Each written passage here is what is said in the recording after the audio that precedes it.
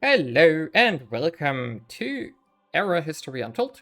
After the last Let's Play, I thought I'm going to do something like a new player guide for those who maybe want to pick up the game after the patch 2.0 or come back to the game now after patch 2.0 because a lot of stuff has changed. And I want to give some advice like how do you do the first turns. For those who, for example, come from civilization type of games, it's similar in some regards, but I just want to give some recommendations so that you have a good start and can play safely from that start onwards. So, yeah, now we have to wait. Successfully led the Kushite army against Roman invaders. She's always talking when we pick something. I don't want to mute all voice lines now, but I want to give 3 recommendations here for civilizations you maybe want to pick up if you are new to the game or haven't been very successful in the game so far. The top one pick, in my eyes, King of Macedonia and conqueror of Persia, is Alexander the Great, because you get hammer and anvil here, which on paper, or very simply speaking, is just a buff to your capital and your cities in production, but your capital gets 50% to quality of life, plus 50, not 50%, which means you get more science, more growth, more production, more military strength and everything, so it's just better. And it's a very simple bonus to play with, so I can only really recommend it. It's very straightforward. You also get more force strength if you declare war, you are faster on the map, and you have another military bonus here that you get culture for it. The rush negative here that you have shorter golden ages are not that important, but you get a nice benefit for it if you have a golden age. And that's my top recommendation for those who are more or less new, because you only have to manage your city cap, which is relatively straightforward. You just have to settle always as much as you can. So that you are always at the 3 of 3, for example, in the first age, which goes up to 4 and 5 relatively quickly. If you manage that, all fine. The next recommendation is Isabella I, Queen of Castile, unified Spain and financed Columbus's exploration of America. Yeah, Spain is similar in that regard. You get more production in non-capital cities if they are below tier 10. So tier 10 they will maybe surpass in like the second age or something. So like after 150 turns or something, or 100 turns, depending on how well you build your cities. So for a long time you're going to get this bonus here, which is really good. You also get a small bonus to your capital, but it's not comparable to, of course, Alexander here. You also still have the Adventurers, which gives you +1 movement on everything. Settlers, scouts, military units, as long as you're not at war. Mercantile can also be quite useful if you befriend an AI relatively early on. And the third recommendation, for those who want to be a bit more military, politician, warrior, and founder of the I Aztec will Empire. recommend the Aztec Empire here, because you get a bonus if you are in combat, and you can be relatively easy in combat if you, for example, attack one of the neutral tribes on the map relatively early on. You also get the Jaguar warriors in the Bronze Age with bronze working, which are pretty straightforward, just a better unit in that time, and therefore pretty decent. So it's an empire designed to be an early war. If that is your type, then do it. And you can get some other bonuses here which play along that kind of role here. The growth bonus is the biggest thing here. So all your new cities and all the other cities will grow quicker early on, and getting to size 4 or 5 relatively early is key. Force of production and science output. So, and these are the 3 nations I can recommend. I'm going to pick Spain here. Queen of Castile, Pick Prince difficulty. Spain and financed Columbus's exploration of America. Just to showcase the other things that I'm going to talk about now. So, for example, what should you do in the first turns? And what do you need to keep an eye on the map for things you want to do? And what do you need to keep an eye on, for example, long-term planning? Because this game is similar to Civilization, but it doesn't focus on, for example, districts and buildings. Of course, buildings, but not districts like in Civilization 6, for example. It's more about managing production chains of your goods that you produce in your empire. And I'm going to show that right now. So we have Madrid as a starting capital here. What do we start with as a project? What do we want to produce? We start with a scout, and we want to build a settler afterwards.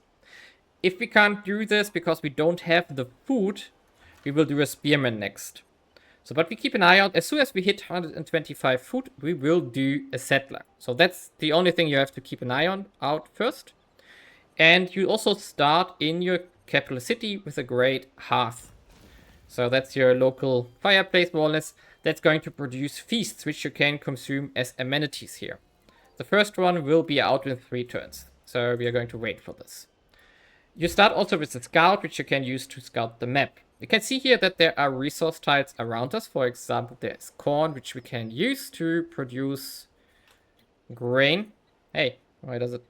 Yeah, no, I was not hovering long enough. Which we can use to produce, for example, grain, which we can use to make other things later. I'm going to talk about that in a second. But we can see here that we have a lot of corn, more than we ever would need. But we also have limestone, which is actually a quite interesting resource. But we also have some wild animals here, like a wolf and a rhino, another wolf, but we also have an equipment cache here. Equipment could be, for example, gold, which we can use to buy stuff. Could also be finished goods, like a plow or tools. So we are going to go for the wolf, and then we are going to more or less swing around to the south here. And let's do some turns here. You see that there are more things here. So actually I'm going to... No, I'm going to go for the rhino. Oh, wait a second, the rhino is danger 4. This one is danger 5 and 3 hands. Okay, the tiger is very dangerous. It means that you lose a lot of health when doing that. Next decision, what to research. I would recommend always start with animal husbandry, so that you unlock these resource nodes here, like pigs and sheep and horses. Especially horses are very important, because for military units later. So pick that, because maybe you want to settle your second city close to horses here. So yeah, that's more or less everything you want to do. Now you want, for the next turns, you want to run around the map. Actually, I'm going to go here, collect this. I'm not going to hunt the rhino right now. We don't need to. Oh, wait a second. It would get us food probably. We will lose a lot of health. No, let's not do it. So we continue here, and now our crafting is complete. We finished the feast, and we are going to plug that in here. Now we get a little bit more food from that, +3, a bit of extra growth here. So now we are at +42. So our city is growing faster, and our quality of life stats also went a bit up because we got city happiness. The quality of life stats here, which are basically modifiers to your different productions in your city. So happiness gives you more production, health gives you more growth of population, knowledge gives you more science output, prosperity gives you more tax income, security improves the military units that are made in this or mustered in this city, and culture gives you more influence, which is a mechanic that comes in like in 10 or 20 turns. And so now you just continue here. So we didn't get food here, we got wine instead, which is not bad, because wine can be used as a supply in our great hearth. And that's exactly the good management and production management that you have to do in your cities. For example, what might make sense is that we want to have 10 feasts in stockpile before we, for example, make jewelry. But we would need goods for the jewelry here. For example, precious metals, precious stones, and materials. We have nothing of that sort right now, except for the materials, but we only make +2. That would cost us -5, so we would be in a negative. So that's not ideal. And that would take 42 turns to finish one jewelry if we don't have these goods. So that's something we are going to keep an eye out. What kind of goods are on the map that we can produce later? And that's basically the last thing I'm going to talk about later, after we have settled the second city. But for now, we're just going to scout the map to find out more information about the environment that we are in here. So sadly we didn't get food again, but we got iron, which is also good. So now we are going after the wolf to get a little bit of extra food. And then we move actually here. Because I want to see what is here, if there is something we want to settle. And the second scout we have made will actually go here. No, it will go here first, get the wolf. No, we don't need the wolf right now. And we don't have 125 food, so we are going to start on the warrior here, or spearman. But we also got a claim here in the city, so we can expand. What should you keep an eye out early on?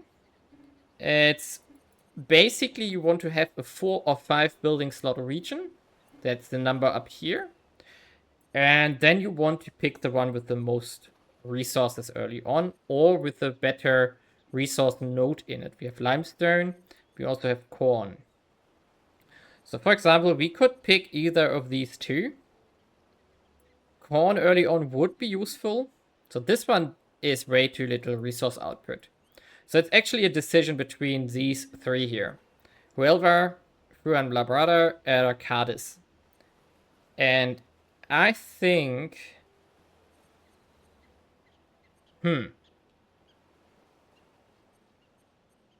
I think I'm going to do this one because I want to have the raw resource income here from this tile. So now we go here, and the settler, we can start it in 2 turns. Yeah, in 2 turns, nice. So, yes, we can, actually, we could consider buying this one. Yes, then we have enough left for the settler next turn, and we have 225 food, yes. Small optimization here. Let's do it. Now we start the settler. And we are going to deploy the spearman as a squad formation in Madrid so that we have another unit to scout the map with. We're going to continue to hunt because we need more food eventually. Actually, I'm going to go here first. There's also a wolf there to scout further away from the capital. So where do we go? I'm going to skip a few turns forward so that we can see more map, and when the settlers are finished, we can talk about what to keep an eye out for the second city. Okay, a few turns have passed. I think it's only 2 or 3. I bought the remnant rest production here with gold, so the settler is going to finish next turn. We also finish animal husbandry. So now we have to see on the map, okay, what do we see here? So we are hunting here, we are collecting here. We see that there are pigs here that got revealed, and we see that there is sheep over here that got revealed. Now, next technology has maybe to be based on what we can see here. So, for example, we do not see... we do see the limestone here, which would require a stone pit improvement. But do we have to do pottery for this? We could skip pottery for the reason that we get everything that pottery gives us. We also get in masonry or through bronze working. Bronze working is our upgrade into the next, not age, age, yes, not act, but age. So we go to the Bronze Age here. We need 3 technologies before we could do this. So the question is, we have 5 available. We could skip 2. Pottery is probably the easiest one to skip. And then the other decisions are more or less, can we skip fermenting or grain storage? Most of the time, you maybe want to do 4 and not 3. So you just skip, for example, pottery. The question is, do we want to skip pottery despite that we have limestone here? And I think actually we want to do this because we are going to be busy doing other things first. So now the question is, we maybe want to either do archery to get an army on the map early, or do we want to do grain storage because we do have corn here, which we maybe want to take next. And, or do we want to go into fermenting actually, because we have wine here. So the grape wines could be used for the fermenting pit. And this is actually a tough question to do, because our settler will be here in 1, 2, 3, around here in 3 or 4 turns. This will take 13 as of now. 13 here. Or do we maybe want to do grain storage or herbalism because that synergizes with the stuff we already have unlocked here? Could also go for the sheep, but it's a bit too far away right now for my taste. So I'm going to look here into the east with our second city. Because we could also get the pigs here. The pig would also use a farm improvement with which we start unlocked at the beginning. And that would need a butcher shop. And I think the butcher is also unlocked early on. Oh, no, we just got it through animal husbandry. So animal husbandry gave us exactly the butcher.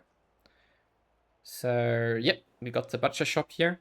So this would synergize well with actually fermenting. So let's do this. Let's get it unlocked and go in that direction. Now with the capital is now the question, okay, what do we do next? We could, for example, build another spearman to get more units on the map and scout more. We don't have the money for a scout. We don't really want another scout. Or do we want to maybe get, for example, a logging camp or a workshop out?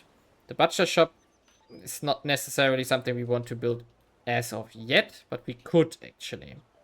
But it would be better in a region where we have animal resource nodes. So where the pigs are, we maybe want to build also the butcher shop to improve the output of the pigs. So what I think I'm going to do is actually build one workshop in this region here. I'm not sure for what I will use it right now, but I'm going to do some turns into the workshop here. You could also build a farm. If I, for example, would have done this tile here, then I would have made the farm on the corn instead. Because then we can go into the grain production here. So we are going to continue scouting, of course. Hey. For some reason doesn't want to click it. We're going to hunt here. And now the question is, where do we settle in detail? We could settle on these resources. This is a really good tile in regards to the yields. It's 11 output. But we could also settle here and just expand with the first one here. It's highlighted because it can be very beneficial of these resources in the node. But we could also put 2 butcher shops in here. But we could also build more farms and not build the butcher shops here. So I would actually not take this one. I actually would go here because then we have this as a first and this as a second expansion here. If we want the rise this early, it depends what is here to the east. And if you settle new cities, what I would recommend is that you do not go further than 4 tiles away early on with the second and the third city. With the 4th or 5th city, you can do this. You can go further away, but you also always have to keep in mind you need to defend it eventually. You only have 1 movement per tile early on until you have roads unlocked, and that's going to take a while until you have them on the map. So now we are going to just go in this direction. And we also got a Paragon now, which is lucky. And the big question is, okay, what do we take here? We could have, for example, taken the domestic advisor for more speed on our settlers and scouts. Now, we could do this. If you want to scout a lot and you want to pick up a lot of loot, maybe if you build a 3rd scout, this could be worth it. You could also go to add this one for example on an early military force to be faster if you want to surprise someone, or you put plus 25 strength on one army if you want to. I think in our case we want to have the research plus 5 because we only had 6, now we will have 11. That's almost double, so that's really a lot. And did our scout just die? Oh yeah. Yeah, make sure that doesn't happen. That was a very big mistake here. So always keep an eye if you go hunting, if you can take the damage the unit or the animal is dealing. So, yeah. But now the question is, okay, why do I talk about these resource nodes and why are they important? When your cities grow, you will have to put more amenities into them. And these amenities are produced goods that you have to make in your workshops, in your great hearth, in all these construction buildings, production buildings that you're going to make. For example, what you have available right now, you can make the butcher shop, which can make meat or salted fish and cured meats. You will also have the workshop, which can make improvements. For example, it can make lithic tools, which can be used, for example, in here as supplies. So we have a wheel already that we found with the scouts, which gives us plus 50% production here. The lithic tools would only get us plus 25 production. And so on. Basically, meaning you want to have stuff. You want to produce goods to improve your buildings and put them into supply. You can manage that here with the national economy tree. You can see what do I need to put that in here. For example, I maybe want to get a decorative vase here, which will give me city culture. Or later on, I maybe want to get a computer in here, which is going to give me... what is the computer giving me? Supply, craft production improvement. Okay. Ah, yeah, craft production. So it makes the feast, for example, faster. Or books would give you knowledge as a stat in your city. The stats, as we saw, influence, for example, production, and this production decides on how quickly you can make new buildings. So this is very important to decide what kind of amenities do you want to produce. Now, in the whole Act 1, you more or less have 4 main amenities that you want to have. These are the that you unlock more or less. So that's, for example, the festival here. It's going to be a better feast. Gives you city growth, happiness, and food. You also want to get the garments, which is another very good one. City health, happiness, and prosperity. So growth, production, money. You have the trade goods, which are prosperity, security, happiness, and knowledge, which basically is tax income, military strength, production, and science. There are some others which are a bit weaker than the ones we just showed. For example, there is a thing like, where is hospitality? Here. There is, for example, the gourmet meal here, which gives city happiness and city health and growth in city food.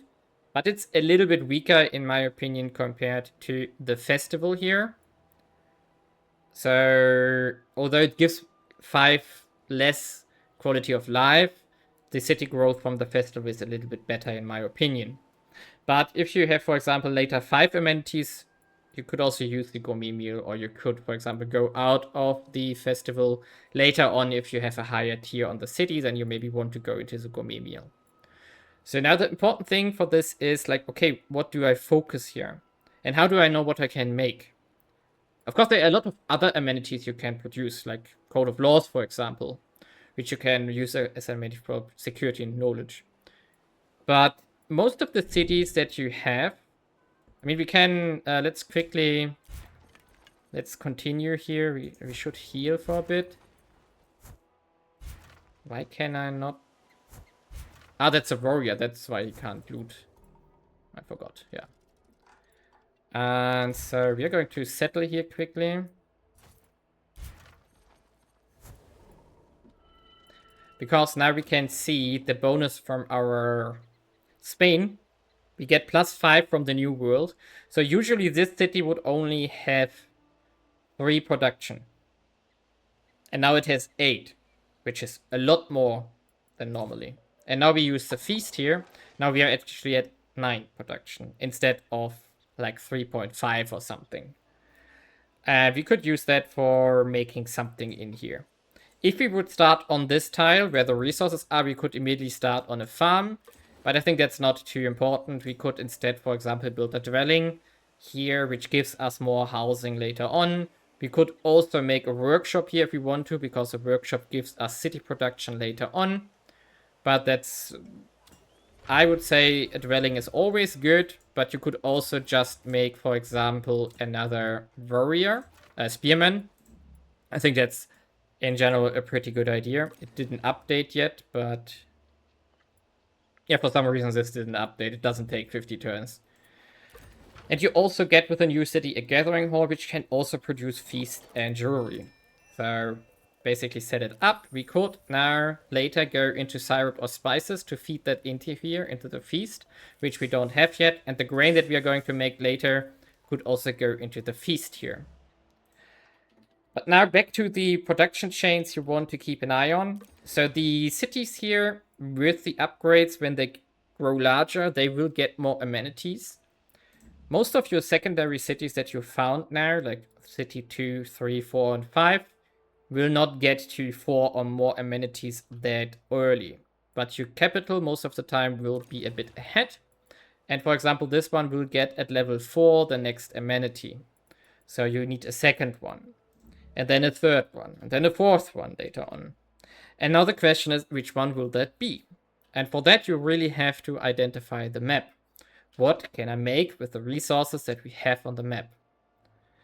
And this will take like a minute to understand if you are new to the game, because you really have to understand, like, okay, what can I make with the stuff I have on the map?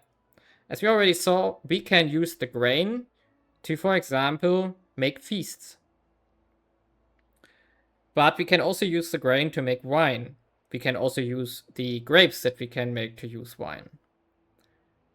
So now we can see what can we do with wine. With wine, we can do nothing. No, right, we can make trade goods. I was confused that there isn't the icon, but yeah. So we can make trade goods. Trade goods is one of the best ones we can get in the first act. So that's a good chain. We want to go this path because we want to have wine to put it into our trade goods. We also want to have other things on this list for our trade. So for example, what we maybe want to also do is we want to get garments, as we already saw. Garments were here in textiles. Garments will be made from tunics and belts. Okay, so what do we need for that? We are going to need fabric and leather. And fabric, for example, will need silk, cotton, wool, llama, or furs. And so you have to, and leather will, for example, be coming from pigs, live hogs. Oh, we do have hogs, and we do have sheep, which we can use for wool. So maybe we want to make our third city over here to have wool production. And that's exactly what we need to consider now. So we do have something for making wine. Wine actually is also a good replacement for the jewelry early on, because we do have nothing to make the jewelry with. So we do not have precious metal, we do not have ivory, so no elephants. We don't have precious stones, so we don't have gold, gems, or anything. And so making jewelry is more or less out of the question. But instead we can make wine. For wine we need fermenting and the fermenting pit. So we just have to build one, for example here later, with a capital, to get started on producing wine there. And then we have more or less a second good that we can use as an amenity. And later on we can use that to make trade goods, for which we can also use the other stuff that we produce, like the grain, the live hogs, the sheep with the wool, which we can all use to feed into these kind of chains that we want to have.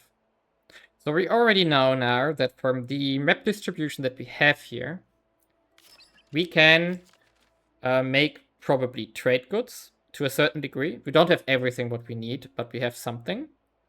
We have to see like later on what we are missing here. For example, what I can see here right now is that it also takes decorative waste, which we could make at the ceramic shop. And as we remember, or I can show it in a second, we do have limestone next door. So that's also opened up. We can make wine, as we already said. We can make gourmet meals probably, because we can make syrups, for example, in the fermenting pit as well. We don't need to only make wine there. And we could also use something like the grain store, which we can make in our granary, which we are going to unlock and place in our cornfield, or in the area where the corn is. So basically we can already know now here in turn 19 what our production chain will be that we want to have in Act 1.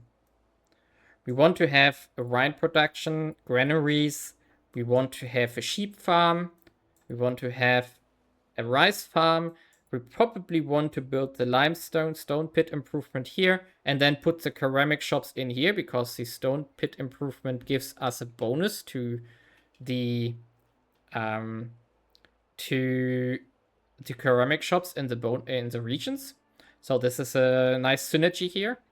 We want to get the grains here and basically feed that all into our chain. That was now a lot of input, but basically that's what we already saw here on the map, and that's what we have to evaluate in that moment. And depending on what we reveal later, we can maybe add more stuff to exactly that production chain that we just revealed. So for example, we have more limestone over here that we could add to our network, but I think we don't need more than 2 early on. But in the late game, we can use that to make marble and silicate, or mid game and then late game. So this will feed into other chains, like for example, making concrete later. So these are not bad. Maybe we want to go with the 4th city in this direction. If I wouldn't have lost my scout like a noob here, then we could scout here in this direction. You can already see here that there's not a lot here which we want, because there's only grain or barley, which we don't really need because we already have corn and rice. So the question is, what is to the south of us and what is to the east here at the mountains? Maybe there are resources like ores that we can make, harvest, or iron ore later, which gets revealed in the Iron Age. So more or less, that's what you have to keep an eye on in the first turns. And from here, you would just build up in this direction. What I can recommend is that you don't build too many buildings in one go. So for example, we are building one workshop here. We are at the same time trying to get 125 food for the next settler now. And for example, what we would do next is, when fermenting is done, that we build one fermenting pit here in this region. And here, what we do here is, we go for the pigs here, and we probably put the... I think we are not going to put the butcher actually in here. We actually are going to just make farms here, just to get the synergy from farms in the same area. So we don't have an animal node for our butchers. That's unfortunate. But maybe we find horses to the south where the butcher shops could go. Or to the west here. We don't have to get them immediately, but eventually. We could just make one butcher shop in there and then later remove it in like 100 turns or something. It doesn't have to... Nothing has to be forever here. Yeah. And that's more or less the basics, I would say. If you have questions, if I should go into more depth in regards to some stuff here in ARA, feel free to comment or make wishes. And see you maybe in the next Let's Play.